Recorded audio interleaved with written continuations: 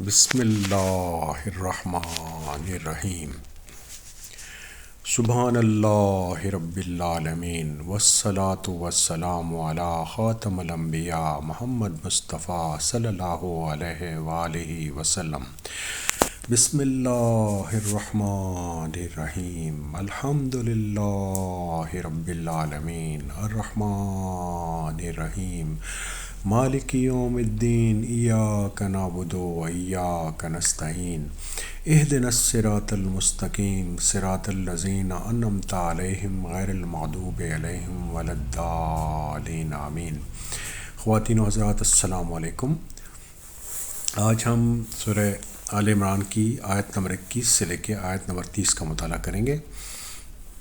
اللہ تعالیٰ کا ارشاد ہے، جو لوگ اللہ تعالیٰ کی آیتوں سے کفر کرتے ہیں اور ناحق نبیوں کو قتل کر ڈالتے ہیں، اور جو لوگ عدل و انصاف کی بات کہیں انہیں بھی قتل کر ڈالتے ہیں، تو اے نبی انہیں دردناک عذاب کی خبر دے دیجیے۔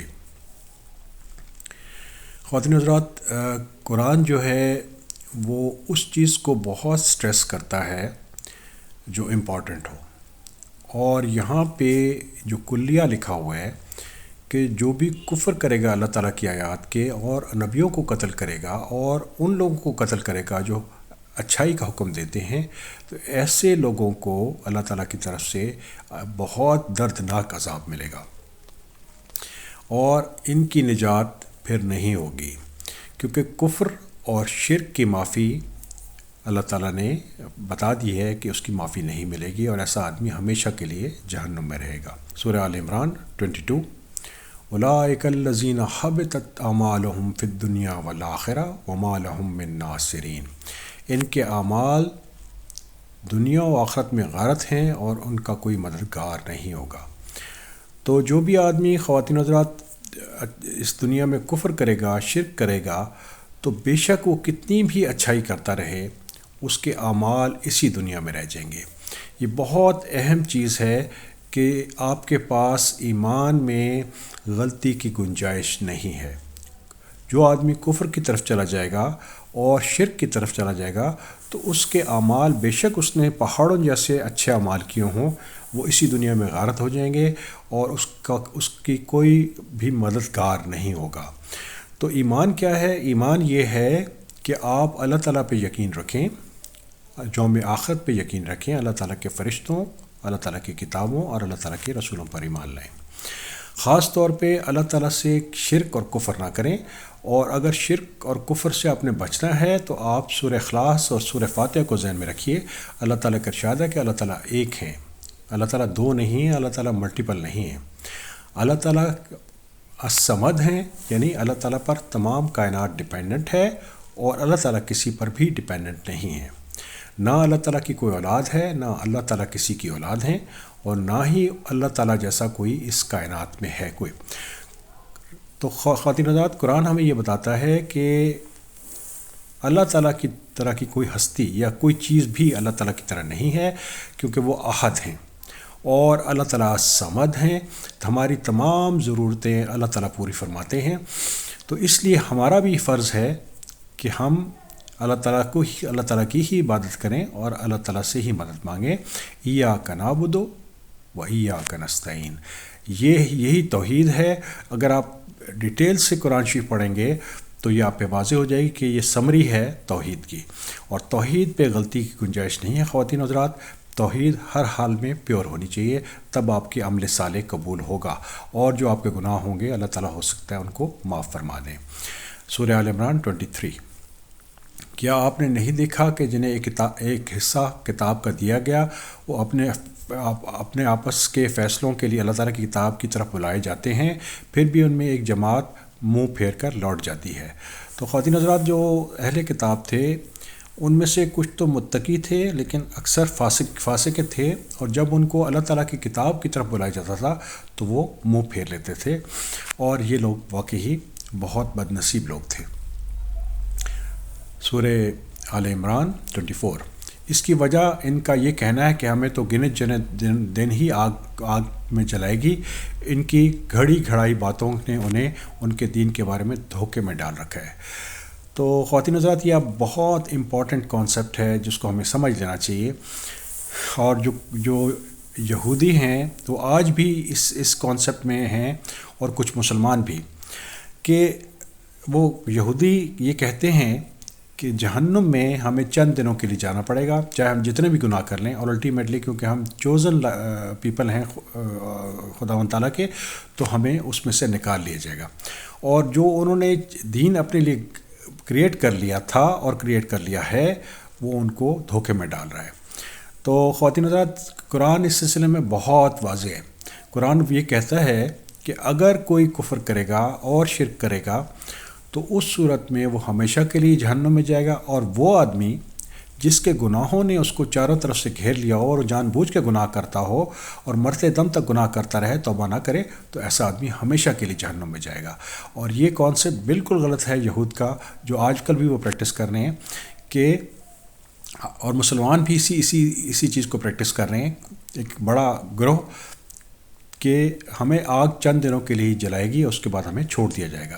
لیکن جو قرآن آپ کو گائیڈ کرتا ہے، جو حق کی طرف تلقین کرتا ہے، وہ یہ ہے کہ آپ ایمان پر قائم ہوں اور عمل صالح زیادہ سے زیادہ کریں اور بڑے گناہوں سے بچیں، تب آپ آگ سے بچیں گے.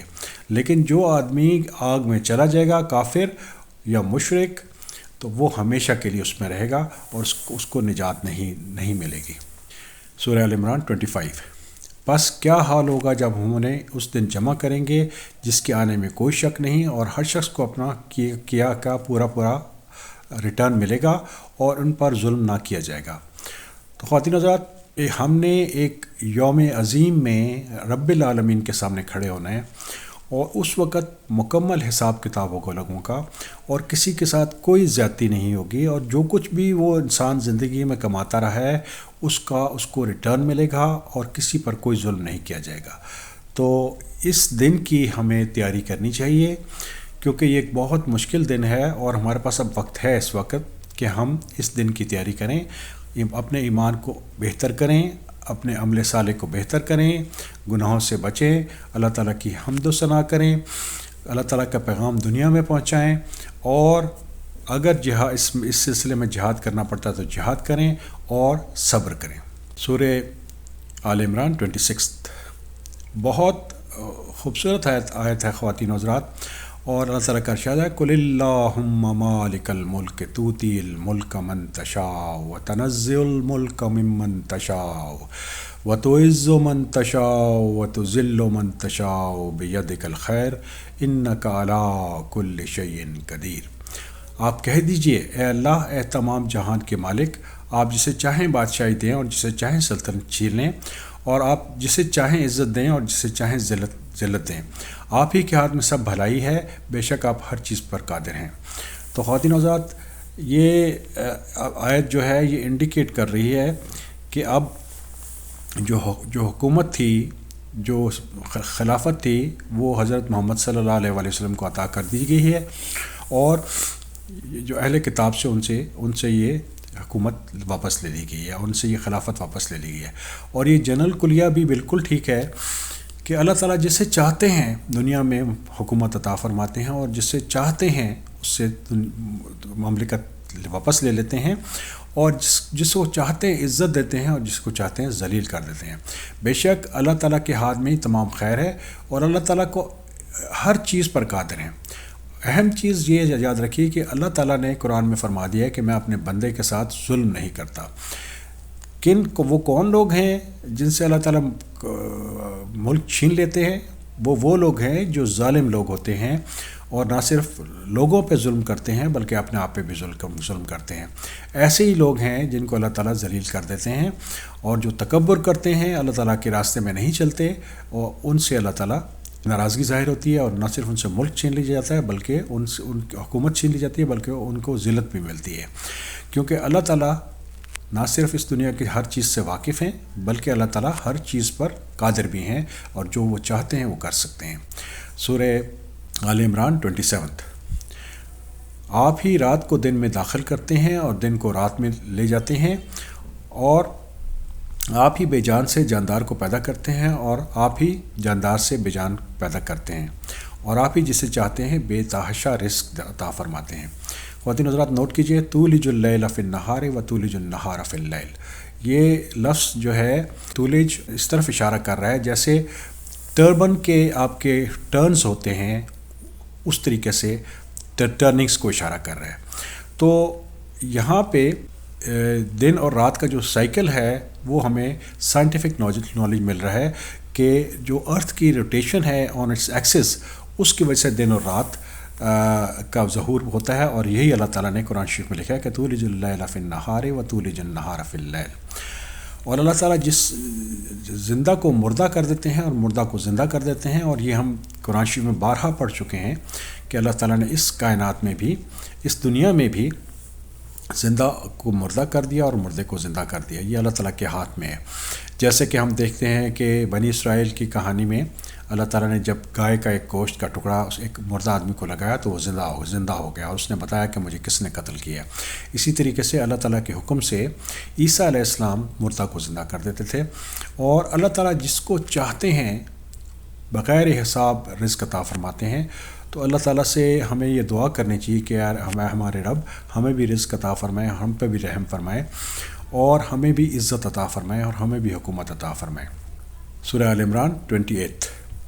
مومنوں کو چاہیے کہ ایمان والوں کو چھوڑ کر کافروں کو اپنا دوست نہ بنائیں، اور جو ایسا کرے گا وہ اللہ تعالیٰ کی کسی حمایت میں نہیں ہے مگر یہ کہ ان کے شر سے کسی طرح بچاؤ مقصود ہو، اور اللہ تعالیٰ خود کو تمہیں اپنی ذات سے ڈرا رہے ہیں اور اللہ تعالیٰ کی طرف لوٹ کر جانا ہے۔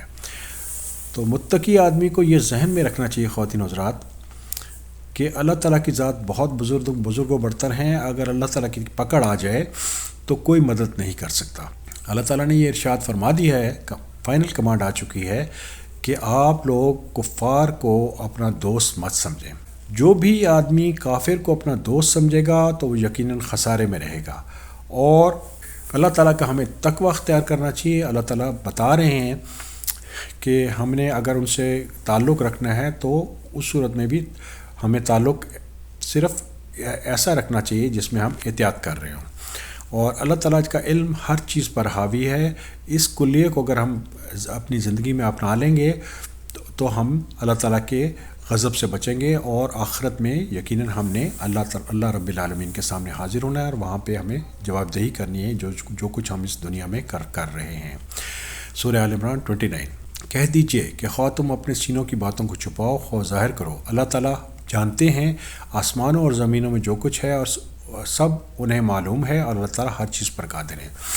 تو خواتین حضرات، انسان تو یہ سمجھتا ہے کہ میں نے کچھ چیزیں اپنے دل میں چھپا رکھی ہیں، لیکن اللہ رب العالمین کے لیے اس کائنات میں کوئی چیز چھپی ہوئی نہیں ہے۔ چاہے ہم اعلان کریں کسی چیز کا یا اپنے دل میں چھپا کے رکھیں، اللہ تعالیٰ کو اس چیز کا علم ہے۔ تو اسی وجہ سے اس کائنات میں جو کچھ ہے، زمین و آسمان میں جو کچھ ہو رہا ہے، جو کچھ ہو چکا ہے، جو کچھ ہوگا، وہ اللہ رب العالمین کے علم میں ہے، کیونکہ اللہ تعالیٰ ہر چیز پر قادر ہے۔ تو اس لیے اللہ تعالیٰ کا خوف دل میں رکھنا چاہیے، اور جو بھی ہماری خواہشات ہیں اور جو ہمارے دل میں ہم نے چیزیں چھپا رکھی ہیں، یہ ہمیں علم ہونا چاہیے کہ اللہ رب العالمین کو اس چیز کا علم ہے، اور اللہ تعالیٰ سے ڈرتے رہنا چاہیے۔ سورہ آل عمران 30۔ جس دن ہر شخص اپنی کی ہوئی نیکیوں کو اور اپنی کی ہوئی برائیوں کو موجود پالے گا، آرزو کرے گا کاش اس کی اور اس کے برائیوں کے درمیان بہت ہی دوری ہوتی۔ اللہ تعالیٰ نے تمہیں اپنی ذات سے ڈرا رہے ہیں، اور اللہ تعالیٰ اپنے بندوں پر بہت ہی مہربان ہیں۔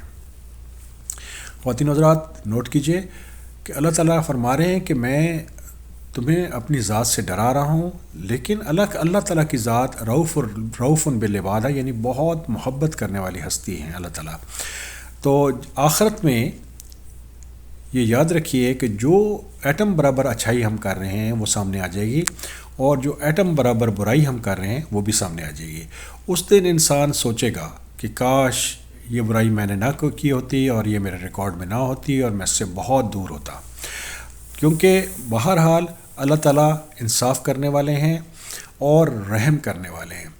تو اگر اللہ تعالیٰ نے انصاف کیا تو کوئی آدمی اپنے گناہوں سے بچ نہیں سکے گا، اور اللہ تعالیٰ یہ بھی ہمیں بتا رہے ہیں کہ اللہ تعالیٰ واللہ رؤوف بالعباد، اللہ تعالیٰ بہت محبت کرنے والے ہیں، بہت رحم کرنے والے ہیں، بہت کرم کرنے والے ہیں۔ تو اللہ تعالیٰ سے ہمیں دعا کرنی چاہیے کہ اللہ تعالیٰ ہمیں گناہوں سے بچائیں، اور جو ہم سے غلطیاں اور خامیاں ہو رہی ہیں اس کو درگزر فرمائیں۔ اور یہ بہت خوبصورت نام ہے خواتین حضرات، واللہ رؤوف بالعباد۔ جب آپ اللہ تعالیٰ سے معافی کے طلبگار ہوں تو اس نام کو ضرور استعمال کریں، اور اللہ تعالیٰ سے دعا ہے کہ اللہ تعالیٰ ہمیں معاف فرما دیں اور ہم پر کرم فرما دیں۔ الحمدللہ رب العالمین۔